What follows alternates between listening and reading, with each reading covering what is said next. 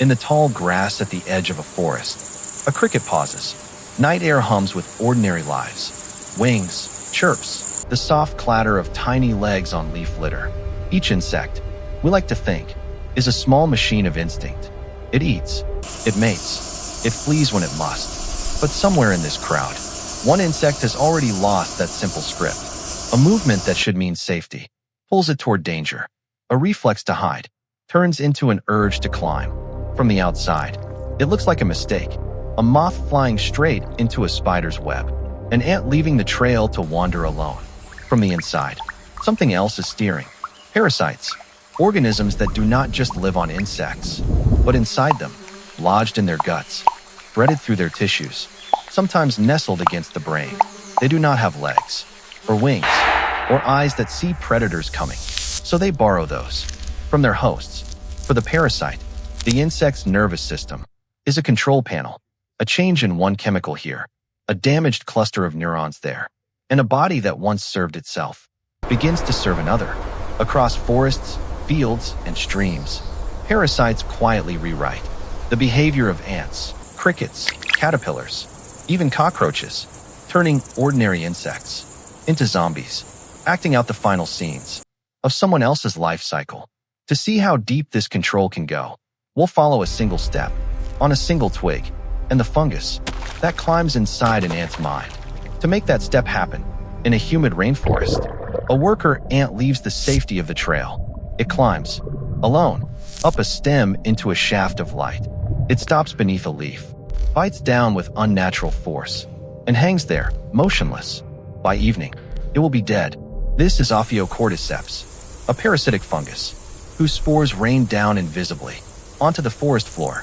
When a spore lands on an ant, it germinates, sending filaments through the cuticle, spreading like threads, through muscle and hemolymph. For days, the ant appears normal. It walks, works, grooms its nestmates, all while the fungus grows inside, avoiding vital organs at first, keeping its host alive.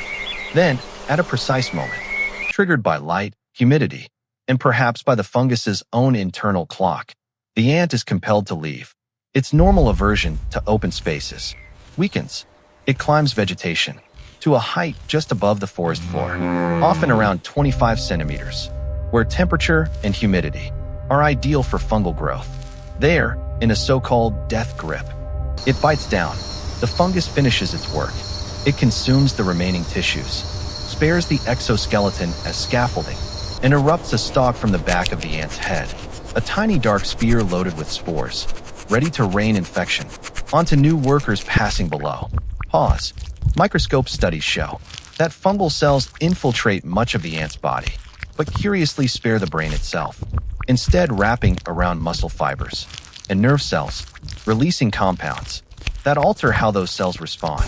The ant's brain may still be ant, but the signals reaching it and leaving it are no longer its own.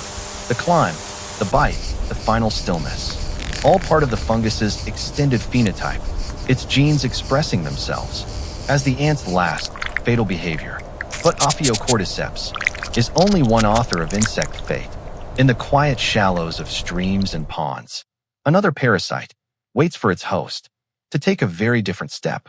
At the edge of a pool, a cricket approaches water it would normally avoid. It hesitates, then jumps. Wings flail, body thrashes, and the cricket drowns. From its abdomen, a pale, thread-like worm uncoils and slides into the water, now free to swim and reproduce. This is a hairworm, or nematomorph, a parasite that spends its youth inside terrestrial insects, but can only complete its life cycle in water. The worm's larval stages infect small aquatic insects, which are eaten by crickets or grasshoppers. Inside the new host, the worm grows, coiling through the body cavity, sometimes longer than the insect itself. Remarkably, the host survives this invasion for weeks, continuing to feed and move, while the worm manipulates its nervous system in subtle ways. When the worm is ready, its chemistry changes. Studies suggest altered levels of neurotransmitters and stress hormones. The infected cricket becomes unusually attracted to light reflecting off water, less responsive to cues that would normally signal danger. Eventually, the urge to leap into water overrides all else. Similar stories unfold. In grassy meadows, tiny flukes invade ants and drive them to clamp onto the tips of grass blades during cool evening hours, turning them into snacks for grazing animals. The parasite's next required host.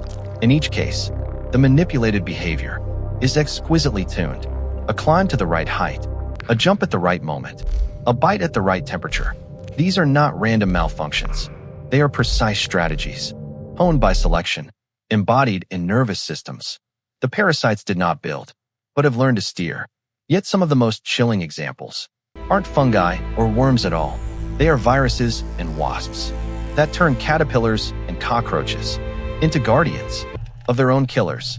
On a tree trunk, a plump caterpillar stops feeding and begins to climb higher than it usually dares. It ascends to an exposed perch, clinging to a leaf or stem. Soon after, it dies. A shimmering, infectious fluid seeps from its body, showering the foliage below with virus-laden droplets. This is Baculovirus, a group of viruses that infect caterpillars. Some strains produce treetop disease, in which infected larvae exhibit hyperactivity and climbing behavior before liquefying, ensuring the virus spreads efficiently to new hosts feeding below. The virus manipulates hormones that regulate molting and movement, changing gene expression in the caterpillar's brain so that upward becomes the final direction. Pause. On the forest floor, another drama unfolds. A jewel wasp spots a cockroach with surgical precision.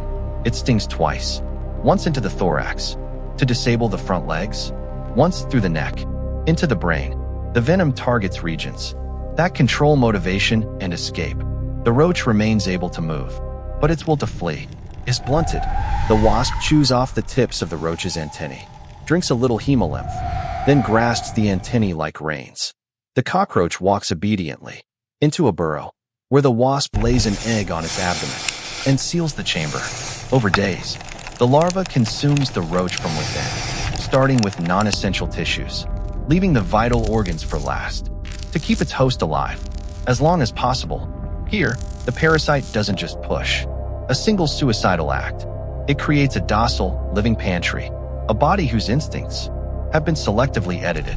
From fungi to worms, viruses to wasps, parasites have evolved a startling toolkit for reshaping insect behavior. But how do they reach into nervous systems they did not design? And what does that say about how fragile free will might be in any animal brain, including ours? The details are still being uncovered. In many cases, parasites don't need to write new behaviors from scratch. They tweak those already present.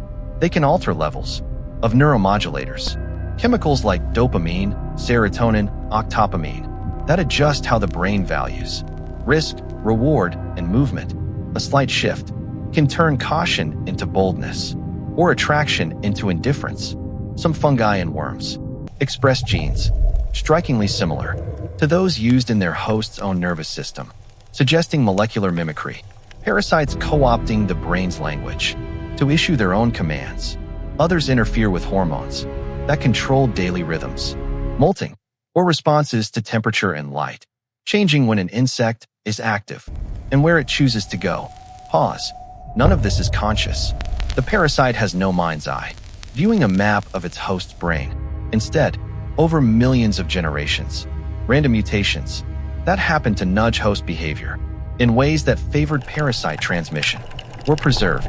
The result is what evolutionary biologist Richard Dawkins called the extended phenotype, an organism's genes expressing their effects not only in its own body, but in the structures it builds, the traps it sets, and in this case, the behaviors it induces. In other creatures, the zombified ant's final climb, the cricket's fatal plunge, the caterpillar's ascent, the cockroach's slow walk. These are all parasite traits written into insect movements. Music swells, thoughtful.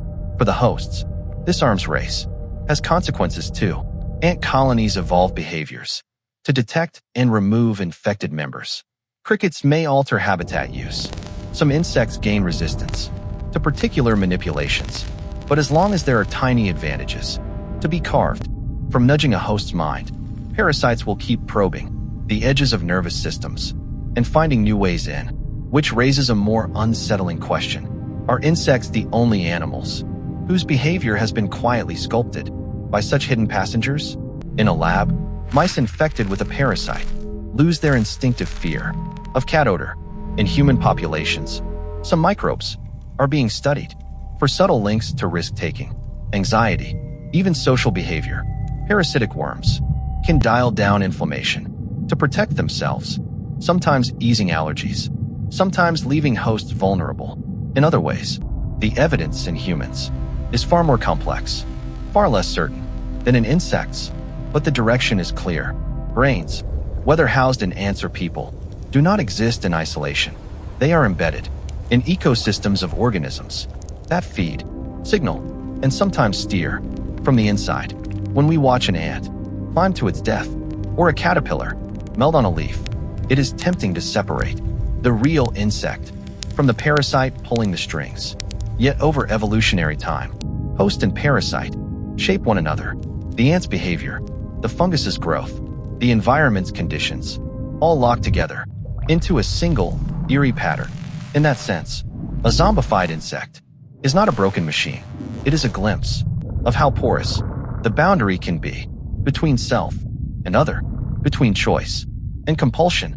So the next time you see an ant behaving oddly, a moth spiraling into a light, a cricket near the water's edge, you might wonder who or what benefits from that movement. How many small decisions in nature are truly the hosts, and how many belong to the quiet manipulators living inside? And if parasites can so elegantly rewrite the behavior of creatures with far simpler brains than ours, one last, unsettling question lingers. In the vast, unseen ecosystems within our own bodies, are there influences already nudging us, just a little, in directions we like to think are entirely our own?